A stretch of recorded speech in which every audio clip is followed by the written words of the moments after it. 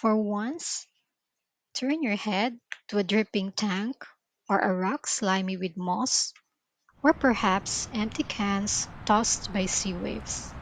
Pin your eyes on it, lend your ears, set your nostrils at their sniffing state, turn on the CPU bounded by your hard shell, and don't forget, share it your heart. Right then, you will be reminded once again of life's virtues, which we need to perpetuate through our lifetime. I was then in my usual spree for old bottles, canisters, and other hide me in the ditch containers. Out in the distant corner, I figured something of earth color, protruding barely noticeable, with ornamental plants arching at their best. And just like any other curious spotter, I came near and found an empty miniature flower pot.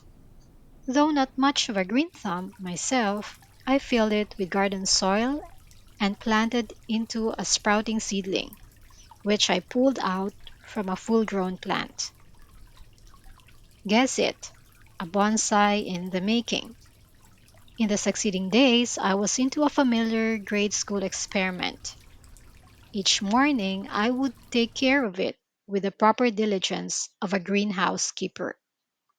I was so excited about this new found object of my care that I would not miss a day attending to it. When the seedling finally grew 4 inches, the stem began to swerve to the left. There must be logic behind. Sunshine might have come from the left side. To test, I turned the pot 180 degrees to the right. In the subsequent days, I watched out for developments. Still, there was no change, so I concluded it was not the sun factor. Instead, it kept reclining. This time, I realized how stupid I had been in all my 15 years of schooling. I fancied as if this tiny creature had outwitted me, saying, "In no way can you impose your logic on me." I gave up. It couldn't be the work of the wind or the soil condition either. And for the first time, my adventuresome spirit was in chains. Until one morning, at the bottom of the stem, something was propping up to the opposite direction. One day more, the leaf was already visible. Still more days, and an individual stem came to surface. Now the experimenting was over. I could always heave a sigh for this. Very well, I did.